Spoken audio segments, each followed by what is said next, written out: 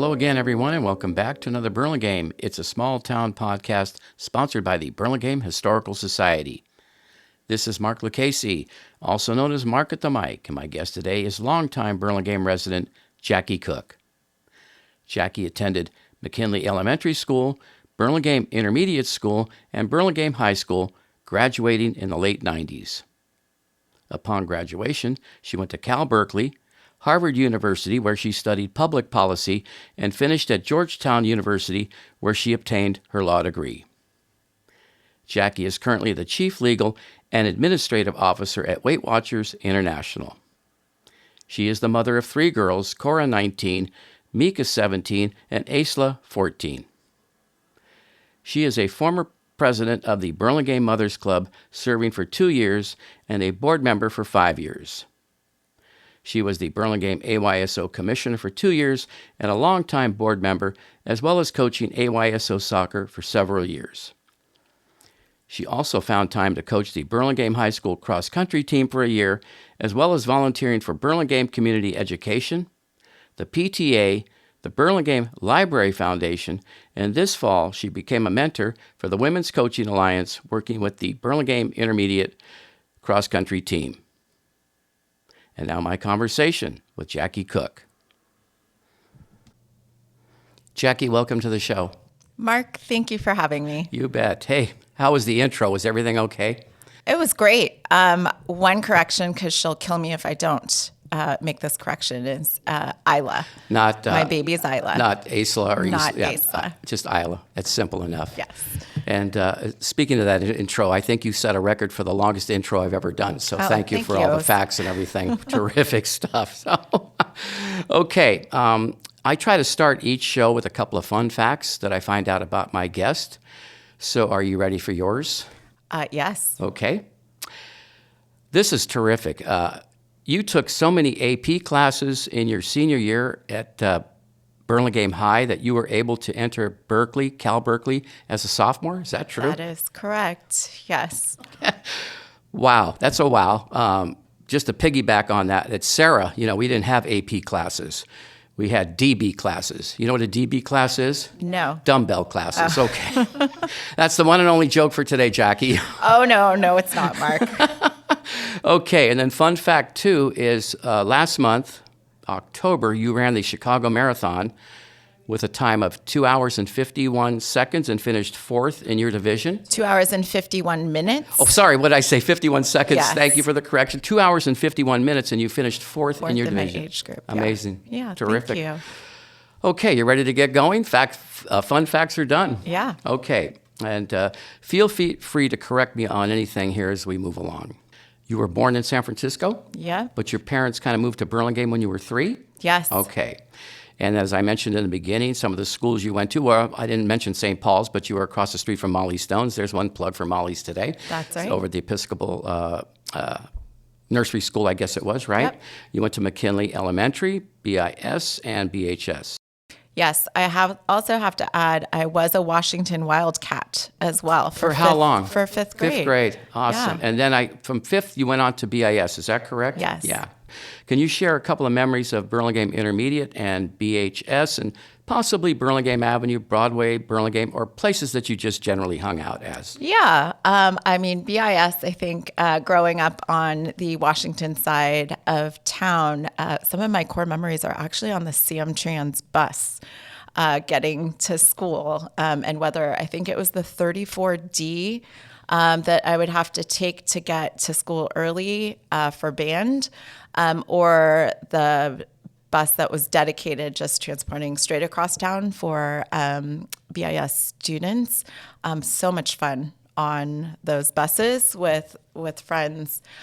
In high school, I think some of my core memories orient around sports, of course, but I was in the marching band as well. I played flute there.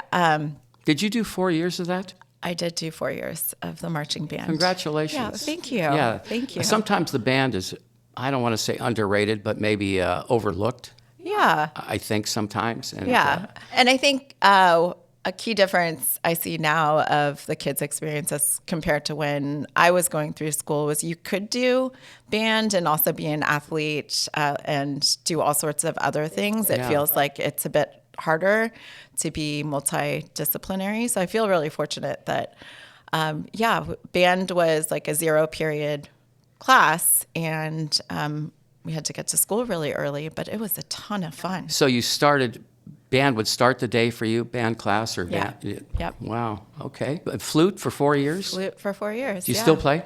No. No little Yankee Doodle the dandy? flute's floating around the house somewhere, but I'll play piano every now and then. Wow, good for you. All right, while you were a student at BHS, you were a student athlete and performing well in the classroom, as well as you played, 4 years of soccer and you ran, right? That's right, yeah. Okay, how about telling us about a few favorite teachers and coaches and teammates? Yeah, well, my favorite coach was Steve O'Brien, goes by Obi. I don't know if he's been on the show Not yet. But you should put him on your list. Absolutely. Burlingame legend. Favorite teachers, so many. Devo was my U.S. history teacher and also the advisor for student government. So he was a really central fixture and mentor in my time in high school. Kevin Nelson was my government and econ teacher. Jim Burke, my English teacher. Just so many wonderful teachers there at Burlingame that really shaped and inspired me to want to go on and pursue the things that I did. Yeah, running being one of them. Mm-hmm. Okay, we're going to just talk about your athletic feats here just for a moment. I know you played 4 years of soccer, but it seems like running was your passion. Yeah. Is that true? Am I okay in saying that? Yes. Right. When did that whole running bug hit you? And what kind of events did you run? Running bug probably hit me in 3rd grade, actually. I ran cross country. It was offered in the time I actually lived in Woodside for 2 years for 3rd and 4th grade, and they offered cross country there. And it was just really fun and freeing to be able to run and jump over logs. And then at BIS, there was a program through the rec center, I believe, as well, for cross country and track, and it was something fortunately I was just naturally pretty good at. So got bit by the bug there and went on to do both cross country and track together with soccer at Burlingame High. And play and be in the band. And be in the band. And do good in school. Man, okay. Boy, that's hitting homers. All right. Before I move into your college and your career years, I'd like to just talk a moment about your mother. Your mother, Mai, yeah. right? M-A-I, Mai, who had a very successful catering company. Yes. Right? Yeah. And your father, Bruce, who was the president of WeightWatchers Airlines. And just for our listeners out there, our senior listeners out there and vets of Vietnam, I think many will remember WeightWatchers Airlines as the main airline that transported the soldiers to and from Vietnam. Yes. Yeah. Among other things it did, but that was huge. Yeah. His name is Brian. Brian, did I say Bruce? Yes. It's okay. I've had a few. You're close, Mark. We might have to start over. But thank you. All right. Sadly, though, your father passed away when you were entering your senior year at Burlingame? Just before my graduation. Yeah. Just before graduation. Wow. Okay. We'll move on to that. We'll go back to your mother for a moment, okay? Mm-hmm. Can you tell me a little bit about your mother's catering business? And the reason why I ask that is that my wife, Kathy, and her good friend, Dee Ofield, worked for your mom occasionally. So can you tell me a little bit about where it was located and what kind of business it was, et cetera? Yeah, it was catering, but in the corporate space. So she worked for a company down in Palo Alto. First it was Philips, of like Philips Magnavox, if I recall. And so she both worked during the week for employees that were there, catering meetings, and then separately had her own business. So that's probably how she that's where roped Kathy and Dee Dee in. Right. Yeah. And how many years did she do that? Oh, gosh, probably from the time 20 years. Wow. And she's all retired now. She's all retired now. Great.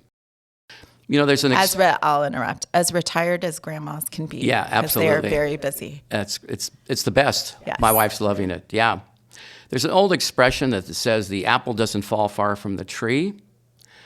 Do you feel your parents were responsible or helpful for the drive and success you've had over the years? Yeah, of course. Yeah. Of course. Yeah. And I think my mom, especially just seeing her coming to the United States as a 25-year-old with very little and building her success and raising, I like to say, two amazing children.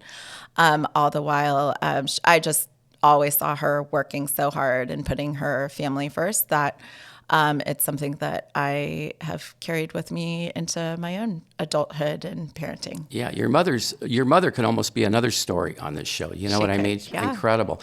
And your brother is Brian. Yes. Right? Yeah. Okay. So after BHS, you went on to Cal Berkeley as a sophomore. And I want to say you majored in ethnic studies? Yes. What was that about? Why? Ethnic studies is the study of U.S. history, but from the perspective of minority groups. History was something that was always very interesting to me. It was like my favorite subject in high school. I didn't know that this was a discipline, frankly, until I got to college. And I think I had a lot of personal interest in it with being a child of an immigrant myself. So I took the path of focusing in college on something that I was really passionate about. It's what I tell my girls to do as well. Like the rest of the decisions you make in your life and career can follow. But I think college is such a unique time to study something that you love. So I majored in that and then also minored in public policy, feeding my interest from that was started in high school in government. Your interest in government in high school. So were you involved in student government? Of course I was. Oh, yeah. What a dumb question to ask, huh? Okay, so, wow. So you graduate from Cal. What year did you graduate from Cal?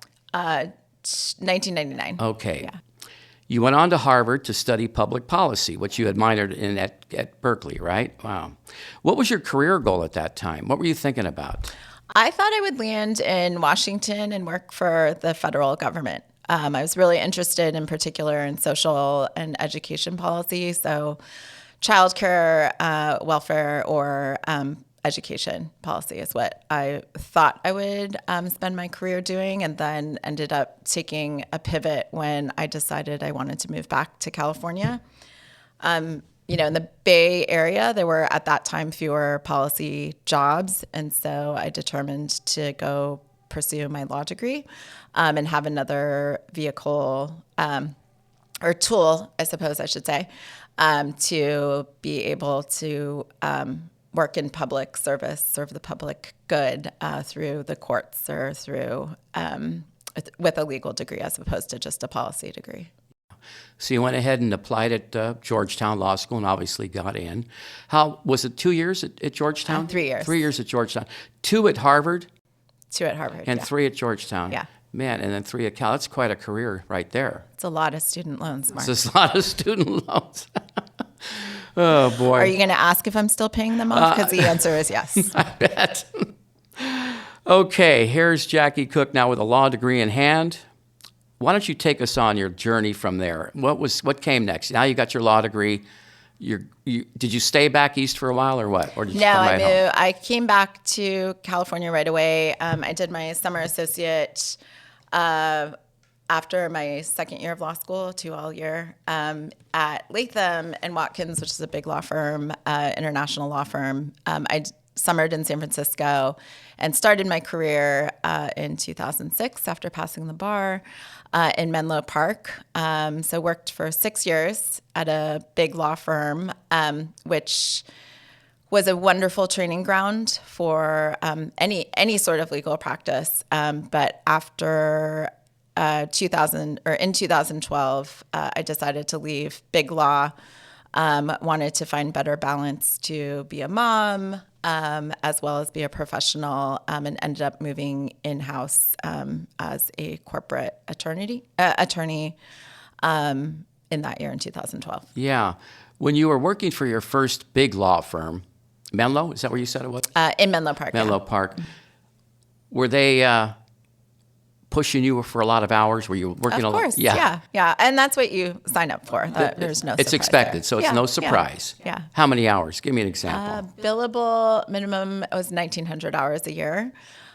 So it sounds manageable, perhaps, but when you factor in not every hour you're at work is billable, Right. it ends up, and that's the minimum. Yeah, So a lot of hours. it's a lot of hours, but wonderful training, wonderful experiences, and really great people, many of which I'm still very close to today. As you moved from office to office, let's put it that way, is there like a recruiter helping you with that or what? I mean, how do you find that new position? How does that come about? Well, moves that I've made in my career, Yes. from like firm to in-house, right. really have come more organically through a network. So a former colleague of mine at Latham is actually the connection that I had to the first in-house job that I went to.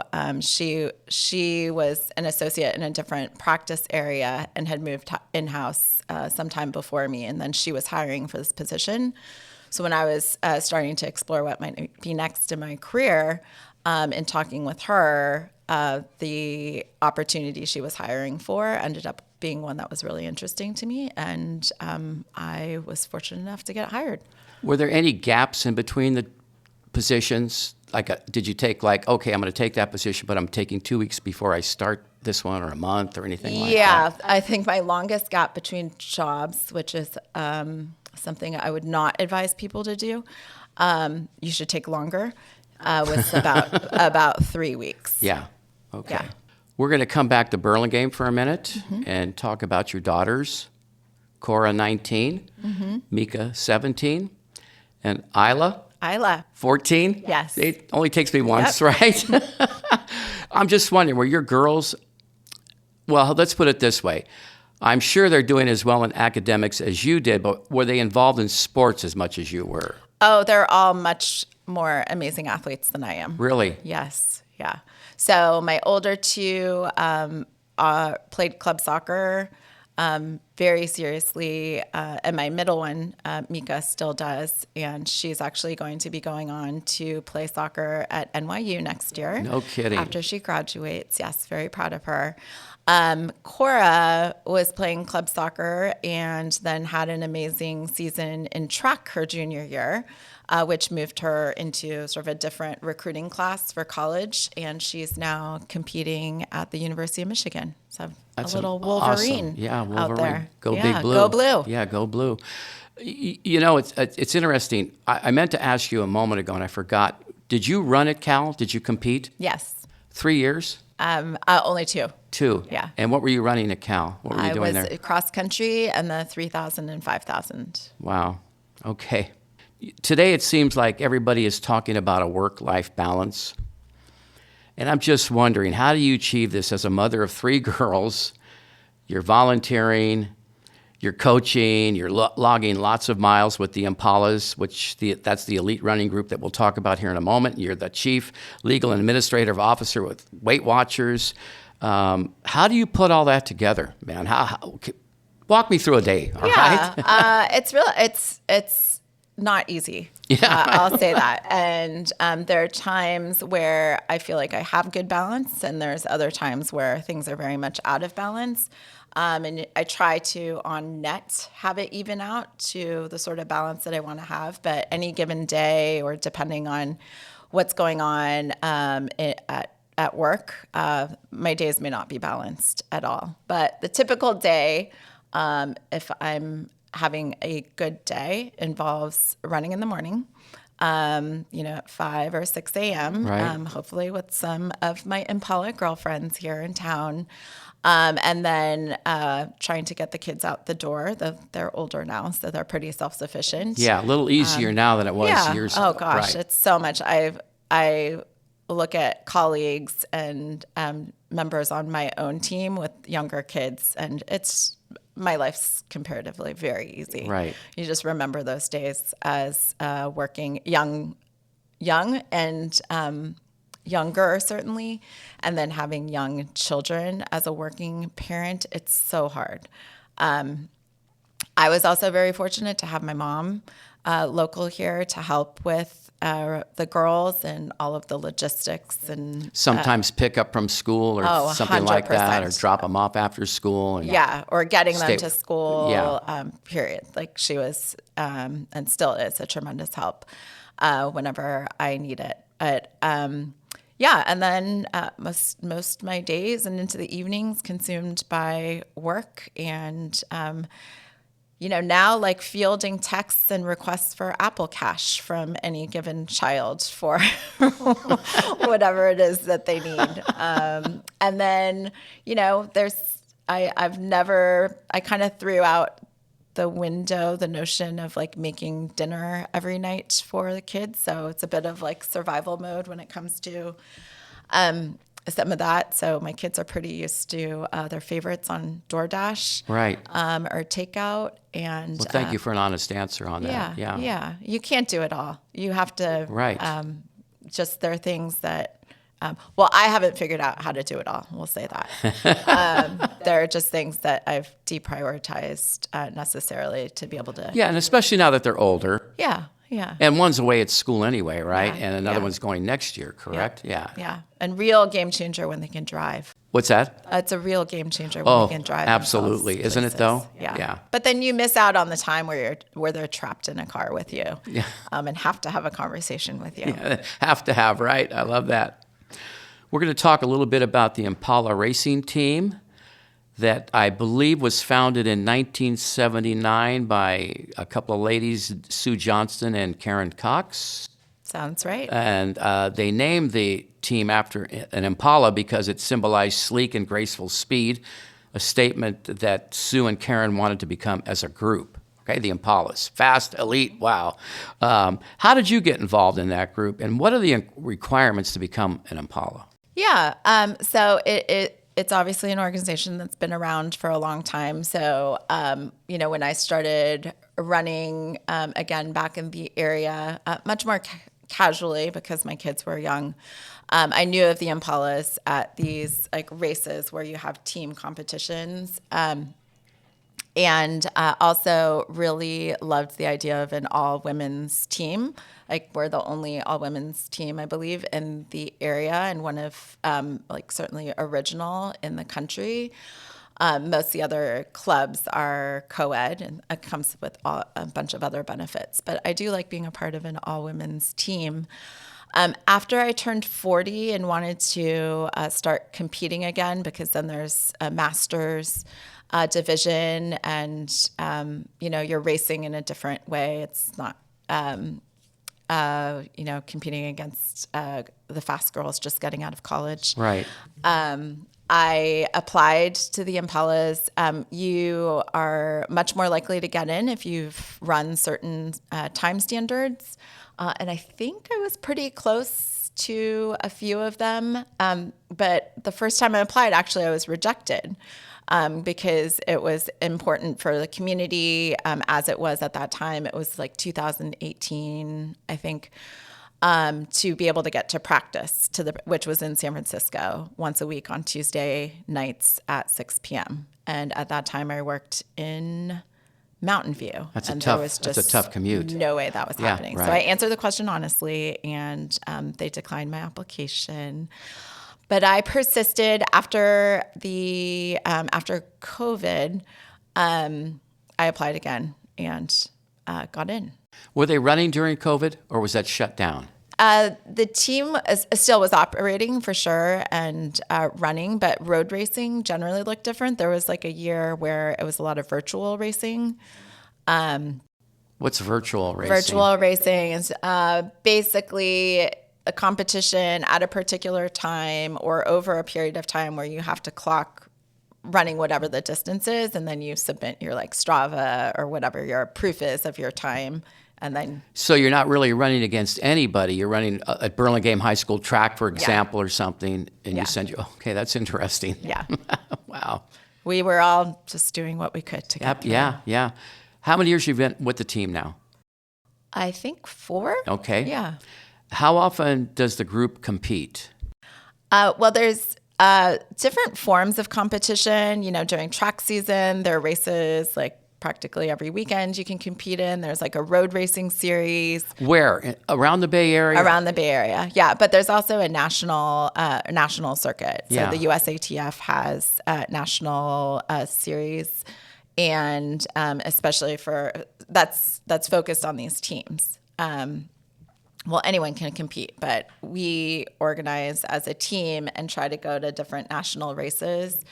And so I've not done a lot of those because it's a little harder to travel with everything else in life, but competed like nationals, cross-country championships in Richmond, Virginia, a couple years ago. There's a lot of stuff locally that ends up on the national circuit just because we have a lot of people here. A race in Flint, Michigan, a 10-mile national race, right as Cora was starting college, actually. So there's road racing, there's like mountain and ultra trail racing. So there's something for every type of runner. So you kind of have a choice of what you could like to do. Yeah. Pretty cool. Once you're an Impala, okay, are you always an Impala, or do you have to requalify each year to stay on the team? You're always an Impala. So you could sort of become 50, 60, or 70, and you're an Impala. You're still, yes. And what I think is really neat about it is there's age group competition. So, there's a 40-plus group, 50-plus, 60-plus, 70-plus. My teammates that are 70-plus, 60-plus are so inspiring, right? They're out there still racing, and their community is just amazing, and they travel more to these national races, and it's almost like an excuse for a way to have a girls' weekend centered around something they really love. How many Impalas are there? Hundreds, in the hundreds. Is there a time during the year when you kind of all get together? We do have an annual meeting. You do? Yes, and so in San Francisco. It's in San Francisco. Yeah. So Burlingame running legend, the great Alan Stanbridge, he told me that you won the season championships for several years. Is that true? I've won certain competitions, like when you group together a string of different races, like how you won places a couple of times. Yeah. Okay. Tell me a little bit about that. What does that mean? I mean, is that you're running a 5K, 10K? Yeah, they're different events. So it might be like the fall long course series or something. So there are different races that are selected to be part of that series. And, it's a combination. It's getting the most number of points across those. And you earn points by showing up. And then whatever your placement is. Yeah. Half the battle is showing up, Mark. Come on. And then you get additional points for how you place at the race. When does the season start? When does it end? Well, running's year-round. It is. So, yeah. So there's a winter season. There's the whole bit. Yeah. So there's series that are fall-focused, like cross-country, for example, is in the fall. And then a lot more road racing is in the spring, and track is in the spring. But there's a fall road racing circuit as well. Do you have a race coming up? I'm doing the Gobble Wobble for Thanksgiving. That's Thanksgiving, right? Yeah. And where is that That's around at here? Coyote Point. Yeah. They're still doing that. Sponsored by A Runner's Mind. Isn't that great? Local oh, yeah, right on store. Howard Avenue. Yeah. They're terrific. Very involved. So, okay, so I mentioned in my fun facts that last month you ran the Chicago Marathon. 2 hours and 51 minutes, right?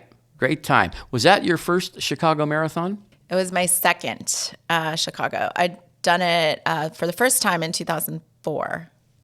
So that was some 21 years ago. And what was your time then? I think it was 3:11. So you clobbered it this time. Yes. Was that the intent? The intent was to run as fast as I could. Yeah. But yeah, I actually didn't remember my time from my first Chicago. I was having dinner with a friend here who from law school. It was 2004. I was in law school, so not really a lot of time for training. Right. So we were kind of just stringing it together, mile by mile. And he told me, he's like, "Yeah, you ran 3:11." And I commented, "Oh, I'm like shocked. He's a genius." And I was Right. like, "Wow, that's like really specific that you remember that." And he's like, "Yeah, because I ran 3:17. I was really pissed that you beat Yeah, me." he wanted to take you down, right? That's great. So, Jackie, besides the Chicago Marathon, what other marathons have you run? I've run Boston a bunch of times. I think I'm up to 7, maybe. Is that sort of an annual thing for you? Will you go back again next year? I will. Is that I am- April? Yeah, it's April. It's on Patriots Day, which is the 3rd Monday in April. I've done San Francisco a couple times, the Las Vegas Marathon, one in DC called Marathon in the Parks, the Honolulu Marathon I've done a handful of And times. that's a very early start, right? Very early start because Yeah, the heat. obviously the weather. Yeah, right. My first marathon was on the Big Island, the Kona Marathon, and it's on the course that the Ironman Yeah. marathon is on, and that was probably the hardest on a lot of different levels. Yeah, I was just going to ask what's the most difficult one you've done. So Yeah, Kona, and then San Francisco also is just because of the elevation changes. Right. Is very difficult. Do you have a favorite one? One that you could go back to and do every year besides Boston? I guess Boston must be a favorite. I mean, they all have their own flavor. Boston is just a really magical day, like the community around it, because so many people come out. It's a day off for the state of Massachusetts. But I have to say my favorite personally was probably the one I just ran, because it was so special to have my older 2 daughters, Cora and Mika. We were able to last minute finagle a girls' weekend out of the trip. So to have them both terrific. there Yeah. for the event was really magical. Yeah. When you were running that particular marathon, the Chicago one last month, how did it feel at mile 18, 19, 20? I mean, did you still feel good, strong? Were you strong the whole way? I'll say I felt great at mile 13, went through the half and realized my time and that I could PR, but I wasn't expecting to PR that day. So I was like, either I'm in way better shape than I thought or I'm going to die. No one really feels great at mile 20. I've never felt great at mile 20 of a Right. marathon. Because you're thinking, I got to go 6 more now. Now I got a 10K in front of me. Yeah. But I realized maybe with 10 miles left to go that I could PR and just took it a mile at a time. Yeah, that's great. Yeah. You didn't mention New York. You've never ran New York? I haven't run New York How yet. come? It requires planning, which is not my strong suit, because you got to apply immediately. It's very hard to get into. It's also, it's a hard marathon. It's not when you run for time. And so I haven't yet done it, but it's definitely on my list, especially now with Mika heading out there. I have 4 years to do it while she's there. How many miles a week are you running?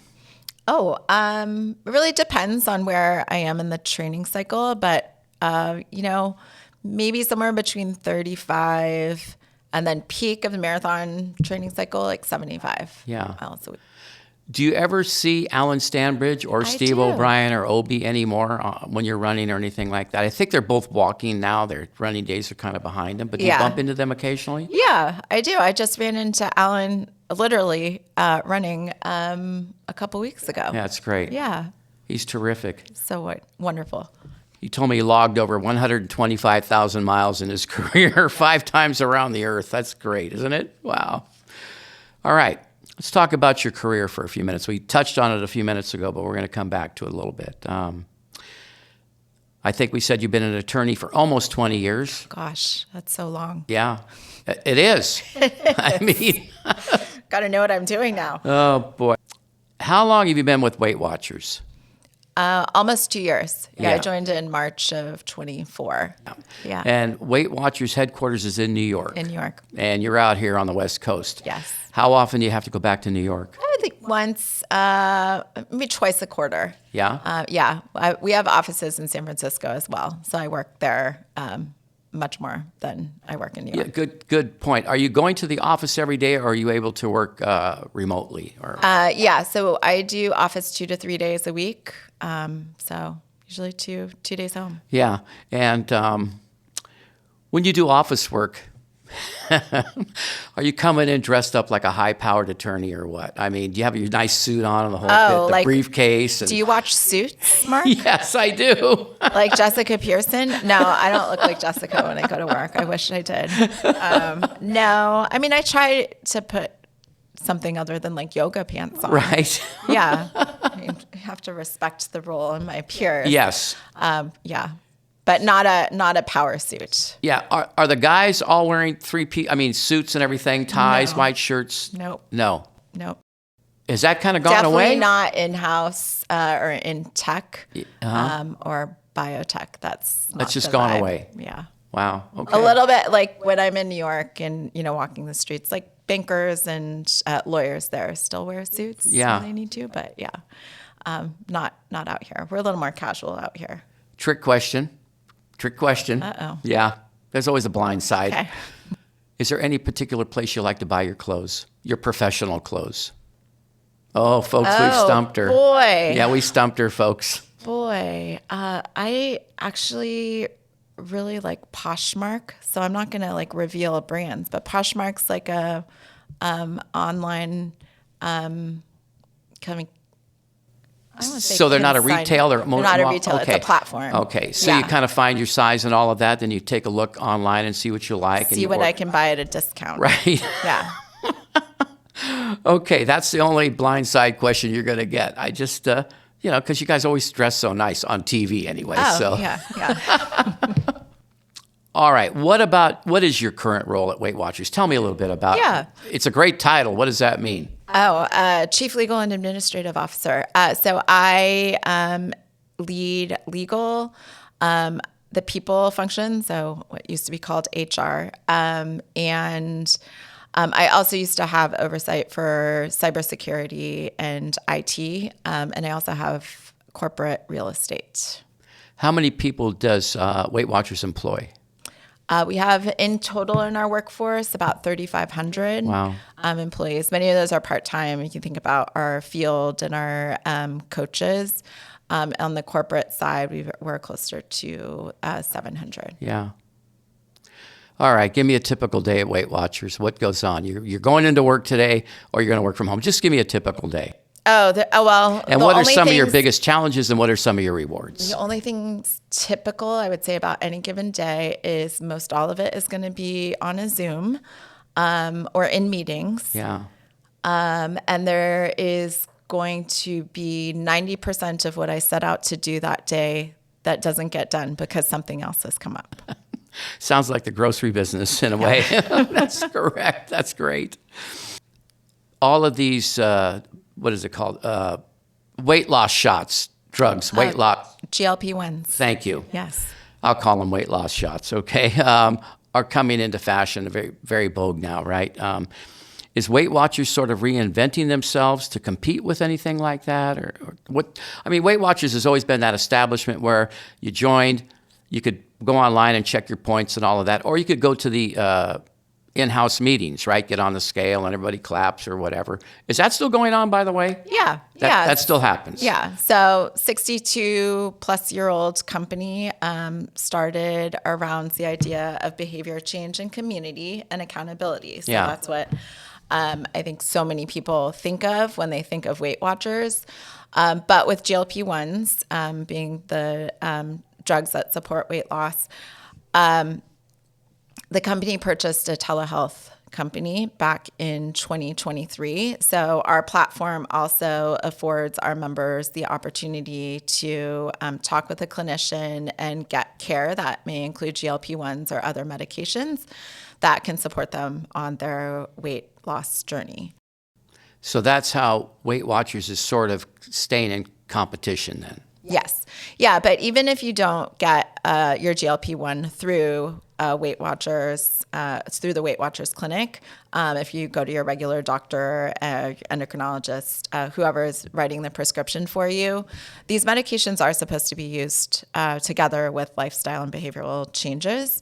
And so there's still a very important role for Weight Watchers to serve, even if your medication's not coming through our platform, on supporting that behavioral change. So we have a GLP-1 companion program, and that's focused on nutrition and activity, but making sure you're getting enough protein, you're drinking enough water when you're on these medications, because it supports both faster weight loss, so making the drugs more efficacious, but then also allowing patients and supporting patients in being able to get off the medications or dial their medication back because they've changed habits that are allowing them to support the weight loss, the weight that they have endeavored to achieve. Thank you. Wow. Okay. Weight Watchers is doing their battle, man. That's great. All right, I got to ask you this question, and I'm sure I'm not the first guy that's ever asked you this question. So, have you met Oprah? I have. Well, I had to ask, man. I have. Meeting Oprah is as amazing as you imagine it's going to be. Yeah. Yes. And where was that? Back in Chicago or New York? It was actually in an event in New York. Yeah. Yeah. Is she still with the company? No, she's not anymore. So shortly after I accepted my offer, actually, it was shared that she was not going to run for re-election for the board. She had been on. She left the company? So she was on the board of Weight Watchers for near 10 years. And so she stepped off. She didn't run for re-election for the board in 2024. When she was that amazing partner to the company and supporter of the company. But I didn't have an opportunity, unfortunately, to work with her for long. But I did get to meet her at an event that we collaborated with her on in New York back in May of last year. Yeah, that had to be a thrill. Yeah. Okay. We're coming back to Burlingame again. All right. So, a longtime Burlingame resident, right? Most of your life. How have you seen the community change, and what do you love most about calling it home? So how has the community changed? I mean, I think with tech, I feel it most with like technology kind of things, like we can pay for parking with our phone now. We've got new trains. We've got an amazing new rec center. So there's a lot of things that look new and are shinier than I think when I was growing up here. But what do I love about calling it home?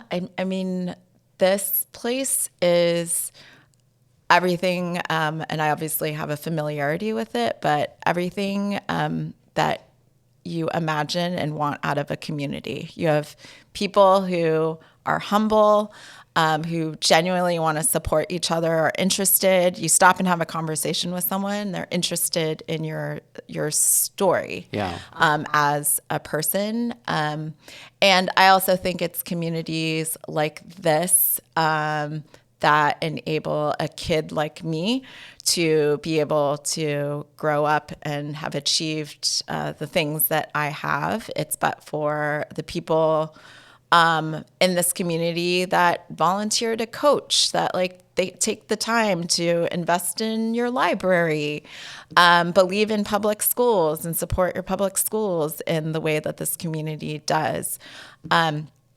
That's what I love most about this community. And I see that very much continuing now. Like there's obviously a lot of new people, a lot of younger families, two-parent working families as well. But still that spirit around community and this feeling very much, to sound completely cliched, like a village that is bringing up the next generation, but loving one another, like whatever the age, is really what I love most about it. I think you hit it right on the head. It's just a great community. Yeah. Feels good. It's comfortable. People know each other. And like you said, you totally immersed yourself, though, in the community growing up. And even now, with BCE, PTA. Your girls were going. You AYSO soccer.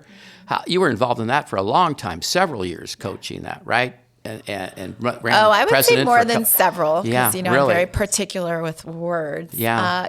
I've coached probably, if you count across my 3 girls in the fall season and the winter season, I think I had like 25 teams. That's amazing. And it's so neat to have had that experience with them, but then also to see these kids growing up. Yeah, like, and to you see still them bump in into high them school once in a while. They now. remember you, right? It's just wonderful stuff. Great.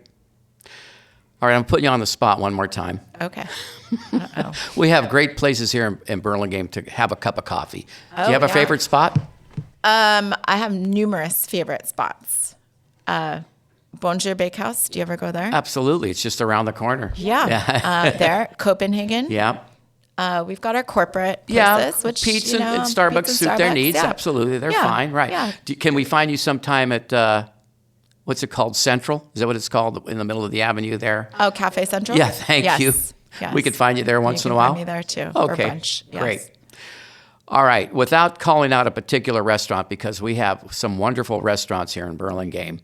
But if you and I are going out to dinner tonight, or you're taking the girls out to dinner, but what's your favorite food? What are you going to have? Mykonos. Okay. Without calling out the name of the restaurant. I love you. Okay. Do you have a favorite running route on the peninsula? Well, I love the Bay Trail, just running along the water there, and feel really lucky that we have Sawyer Camp right in our backyard. So you as go well. back and forth, you use both coming back? Much more on the Bay Trail because, time. Yeah. to And that's get what, us- just up and over Peninsula Avenue for you? Or do you go over Broadway and come in the other way by the hotels? Either. Yeah. way. Yeah, they're amazing. It's amazing what they've done out there. You can get all the way down to Redwood Shores. I know that. Fantastic. Yeah. Any songs that get you pumped up before a run? Oh, it depends on whatever is hot and poppy, but classics like Britney Spears, date myself. Kendrick Lamar, I'm a big fan of as well. Okay. Well, those are kind of, except Black for Eyed Britney, that's kind of Peas. going over my head, but that's okay. You didn't run the Chicago Marathon, though, listening to music, did you? I did. You did, the whole way? Yeah. So you put yourself together a little, Yep. a I put playlist. together a playlist. It was 2 hours and 58 minutes long. 'Cause, awesome. I was hoping to run that time. Yeah. That's great. Had some songs left at the end. You did, man. Okay. If you hadn't chosen to be an attorney, what would you have done? High school teacher. Oh, boy, that was quick. That was let me think about that. She knew, really, high school Yeah. and teaching what? Well, definitely not calculus because I was never smart enough to take that class. Probably government or history Yeah. of some sort. Okay. A couple of more questions for you. You're a very busy lady, that's for sure. We just discussed it. If you have any downtime at all, what do you do in your downtime? Oh, I try to spend any downtime I have with my friends. Yeah. Going out or? Yeah, Right. just hanging out, talking. Yeah. Great. All right.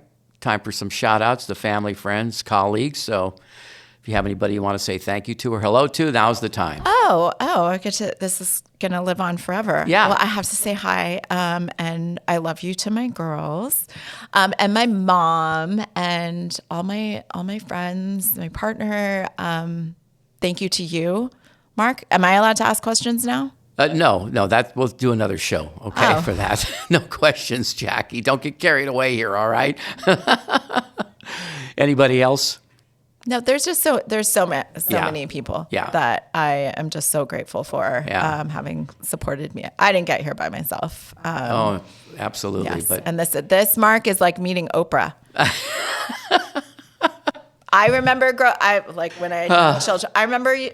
Absolutely. Remember you from high school, Right, Because right. you were good friends with Duffy. the Ofields, with Duffy and Dee Dee. And then you came back into my life when my girls were at St. Paul's, and we would go over to Molly Stone's Right. in the morning and get a hot chocolate Yeah. there. And you're always just I mean, you're a legend, Mark. So to be on the other side of this microphone from you is Jackie, just a dream. You've said enough. Jacquie Cooke, thanks for joining me today. Thank you for having me. You bet. I'd like to thank Jacquie Cooke for being my guest today on A Burlingame. It's a small town podcast sponsored by the Burlingame Historical Society. And my apologies for mispronouncing her daughter Isla's name, her mother Mai, and calling her father Bruce when I meant to say Brian. That's a real Mark at the Mic trifecta for you, or a Mark at the Mic trirecta for you. Anyway, if you're enjoying these oral histories, please give us a like, make a comment or a suggestion, and hit that subscribe button. There is no cost or obligation to subscribe. These oral histories are a way to connect our community. We have no advertising or interruptions, and we are not monetized nor wish to be. Thanks to my Minister of Podcasts, Mike Negler, Executive Producer Shelby Lucchese, Director of Marketing and Social Media, Adrian Lucchese, and original music by Bray. This podcast was written and edited by Mark at the Mic and recorded on Wednesday, November 19th, 2025 at the Burlingame Public Library. The Burlingame Historical Society copyrights this oral history, and no part can be copied and replayed without the written consent of the Burlingame Historical Society. Be sure to look for my next episode, when my guest will be longtime Burlingame resident Rob Adams, author of the book Cardboard Heroes, an amazing collection of baseball cards from his youthful days. So until next time, everyone, see you around Burlingame. It's a small town.